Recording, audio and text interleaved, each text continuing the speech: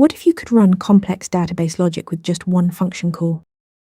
A stored procedure is a named block of code that lives inside your PostgreSQL database.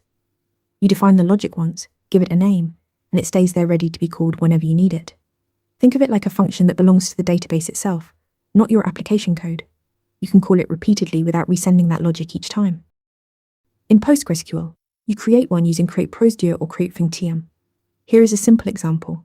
Create thing get underscore user underscore count, then returns integer, and inside the body you write your SQL logic using language pgSQL. Once defined, you invoke it with select get underscore user underscore count, just like any built-in database function. Stored procedures become even more powerful when you add parameters. You can pass input values to control the procedure's behavior. For example, passing a user ID and return that user's data. PostgreSQL functions can also return full result sets using returns tabular. Why use them?